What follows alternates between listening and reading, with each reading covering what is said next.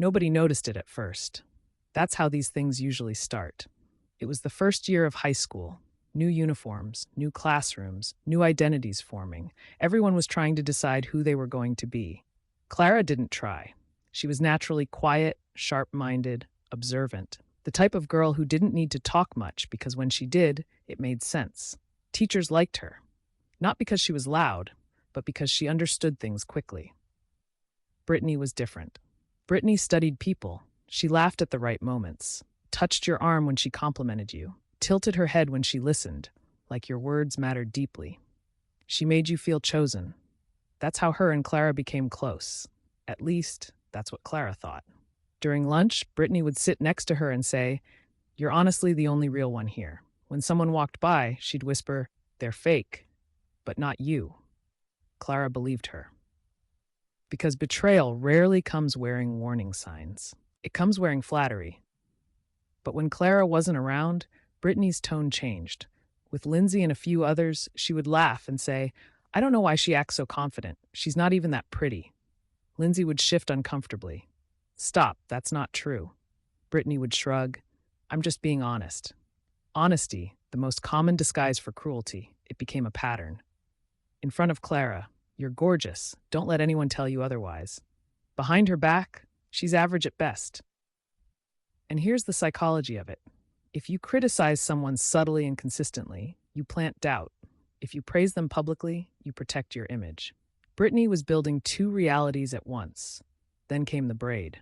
Clara's aunt had braided her hair that weekend, long, neat, intricate braids that framed her face perfectly, the kind that made people look twice. That Monday, something shifted. Heads turned in the hallway. Even teachers noticed. "Clara, you look beautiful today," one of them said. Clara smiled, embarrassed. As school ended, the three of them walked toward the bus stop, Clara, Brittany, and Lindsay. The sun was hitting Clara's face softly. She was glowing. Brittany leaned closer to Lindsay and whispered, not softly enough, "So today she's beautiful, huh?" Lindsay gave an awkward laugh. Clara heard it. Every word. But she kept walking.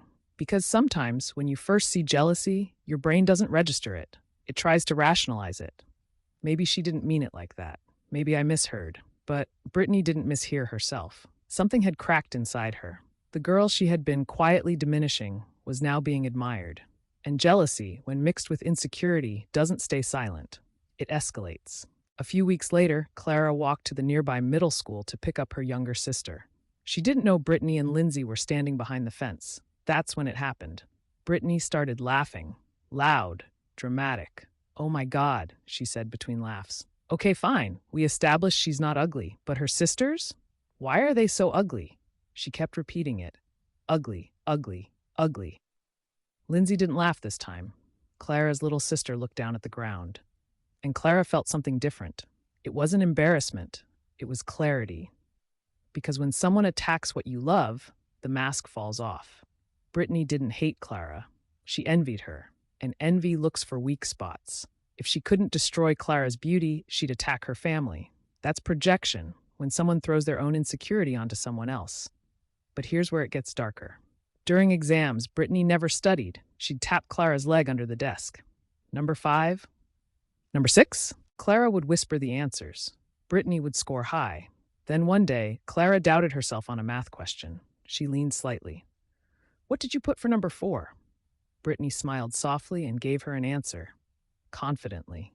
Clara changed hers. When the test came back, Brittany had a high score. Clara's was lower. It happened again and again. That's when Clara understood something terrifying. Brittany wasn't just insecure. She was strategic. She needed Clara close, but not above her. That's competitive sabotage. Keep the person near you successful enough to use them, but insecure enough not to outshine you. When Clara slowly distanced herself, Brittany panicked, because control was slipping. And people who rely on control don't handle detachment well. One afternoon in the hallway, Brittany deliberately brushed her shoulder hard against Clara's. Clara stepped back. "Why are you doing that?" That was all she said. But Brittany exploded. "Oh, so now I'm the bad one? You think you're better than me?" She started shouting. Students gathered. Clara didn't shout back. And that's what made Brittany angrier. Because emotional manipulators need reaction. They feed on it. The fight happened fast. Pushing, pulling. It was almost even until Brittany felt herself losing. And that's when jealousy turned physical. She aimed for Clara's face.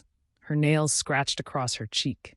Because if she couldn't lower her confidence, she would try to mark it. That's the rawest form of envy. Destroy what you cannot become. Clara's scratch healed, but something else healed too. Her blindness. She stopped helping Brittany in exams, stopped explaining homework, stopped reacting, and Brittany's grades dropped. Without Clara's answers, without Clara's presence, without Clara's emotional supply, she couldn't maintain the image. She didn't make it to college. Clara did. But here's the real lesson. Not about grades, not about fights, about psychology. Jealousy doesn't always look like hatred. Sometimes it looks like friendship. Sometimes it looks like compliments. Sometimes it studies you so it can compete with you quietly. And the most dangerous kind of envy isn't loud. It's the one that smiles while measuring you. Clara learned something most people learn too late. Not everyone who sits next to you is for you. Some people sit close so they can calculate how to stay just above you. And when you remove access to your mind, your beauty, your intelligence, they collapse under their own insecurity because they were never competing with you. They were competing with how they felt about themselves.